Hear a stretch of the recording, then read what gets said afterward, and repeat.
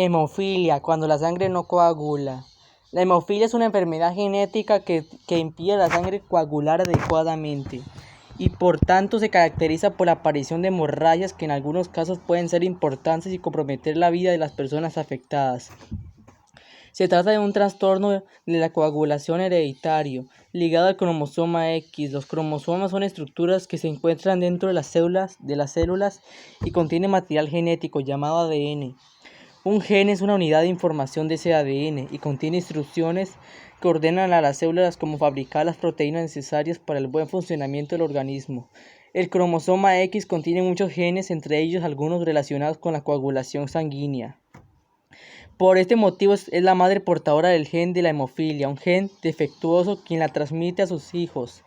Ella tiene el gen defectuoso solo en uno de los dos cromosomas X que posee y el hijo tiene el 50% de las posibilidades de heredar ese cromosoma X materno con el gen defectuoso, ya que el descendiente varón recibe la otra parte del material genético del padre que aporta el cromosoma Y. Sin embargo, la hemofilia no es siempre hereditaria. En el 33% de los casos, según la Federación Mundial de Hemofilia, FMH, se produce por mutación genética sin que existan antecedentes familiares. Los factores de coagulación. En condiciones normales, cuando se produce una hemorragia, comienza el proceso de hemostasia, cuyo fin es mantener la sangre dentro de los vasos sanguíneos y la fluidez de la sangre circulante. Este proceso ocurre en diferentes fases, en las que se interviene inicialmente la contracción del vaso sanguíneo y a la vez unas células de la sangre llamadas plaquetas que se adhieren a la pared del vaso sanguíneo lesionado y forman un tapón. Luego las plaquetas atraen las más plaquetas y se inicia el proceso de coagulación sanguíneo, en el que son necesarios los llamados factores de la coagulación. Existen 13 factores de coagulación que intervienen, numerados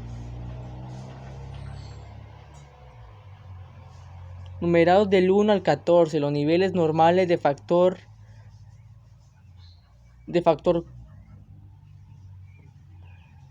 23 y 14 en sangre son de 50% y 150%, pero en una persona con hemofilia sus niveles son demasiado bajos o incluso no tiene uno de estos factores.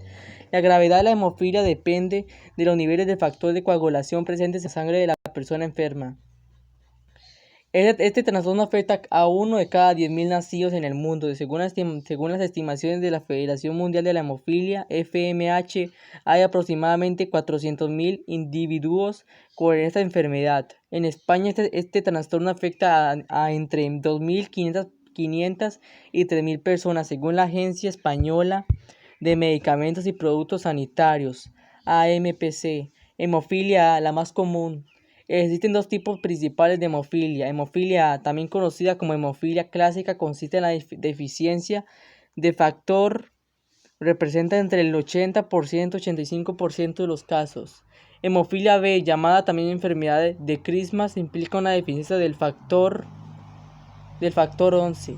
Además, de acuerdo al nivel de factor en la sangre, la enfermedad puede clasificarse como leve. En el enfermo produce entre el 5% y el 40% de la cantidad del factor, moderada del 1% al 5%, grave se posee un nivel de factor del 1% o menos.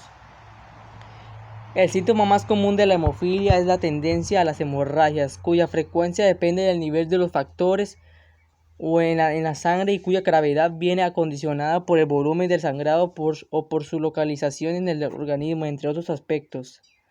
¿Dónde y por qué se producen?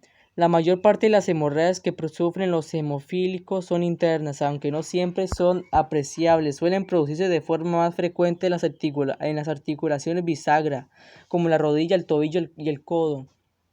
En todas estas articulaciones pueden doler, presentar un aumento de tamaño o de la temperatura o incluso dificultad para movilizarse normalmente. Otra localización frecuente es la hemorragia que aparece dentro de los músculos del brazo, concretamente en la parte superior o en el antebrazo. En estos casos el músculo también puede doler o existir un aumento de la temperatura de la zona o sensación de entumecimiento o hormigueo como si se encontrara dormido.